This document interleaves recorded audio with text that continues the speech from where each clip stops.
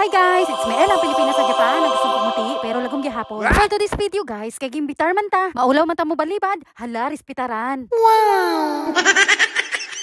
Dali, samahan niyo akong kumain sa may Red Lobster sa Kitakuywa. Matatagpuan lang pala ito sa may Tokyo, Edogawa City. Medyo malapit lang pala to sa bahay ko. Nakakailang punta na rin ako. Ang main dish nila ay lobster, kaya napakaraming lobster. Kaya pinangalan nila sigurong Red Lobster.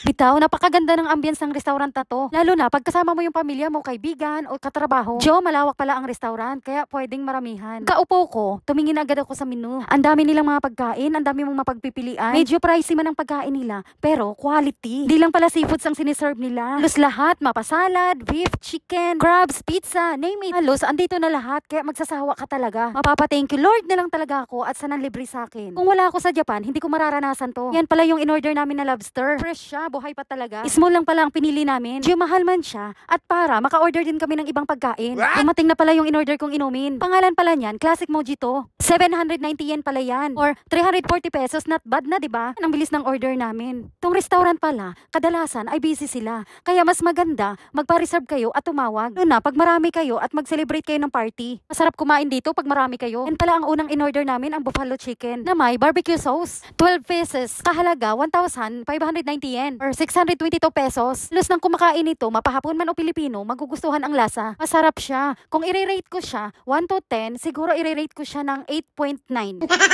Mahal man siya na 12 pesos sa Pinas, pero dito, normal price. Mating na rin pala ang oyster trio. Ibig sabihin, 3 klaseng luto na oyster. Nabutan na rin pala ako ng finger bowl ng waiter. Alam nyo ba, nung first time ko dito sa restaurant na yan, kala ko, ang tubig na yan ay iniinom. Wala sa isip ko na panghugas yan ng kamay.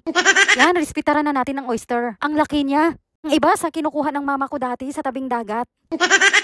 Ang una ko palang nirespetaran ay basil flavor. Napakalaki niya, juicy. Sabi, pag napapanood ko tong video na to, naglalaway pa rin ako. Sarap siya, promise, at ang laki pa. Nakukuha pala yan sa malalim na dagat. Malinis at fresh. Alala ko dati nung bata ako, yung mama ko kumukuha ng sisi sa pantalan.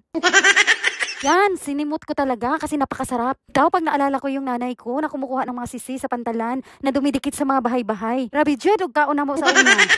Yung trio na oyster, 9 pieces pala yan, 3-3 bawat flavor. Nagkakahalaga siya 3,790 yen. Or sa atin pa, 1,468 pesos. At bad sa 9 pesos na malalaking oyster. Ang kasunod ko na naman kinain ay pangatlong dishes. Ang pangalan, spicy crispy shrimp. May sausawan na tartar sauce. May good kaayo siya, pati ulo ay pwede mong kainin, napaka-crispy. Ayan na, dumating na yung main dish. Yan pala ang klase ng luto na lobster na pinili namin. Bago yan, magsawsaw muna tayo ng kamay at maghugas para malasahan natin ang flavor ng lobster. What? Inuman na rin natin ang mojito para malasahan talaga natin ang fresh na lobster. Para maramdaman natin ang lasa. Hindi natin alam kung kailan tayo makakabalik kasi wala tayong pambayad. Kaya lubos-lubosin natin habang may nangimbitar. Bago ko pala respetaran ang lobster, nain ko muna ang ibang flavor ng oyster. Para uniform ang nasa loob ng tiyan ko. Para di magsagol-sagol. Karambula pa sa ilalim ng tiyan ko.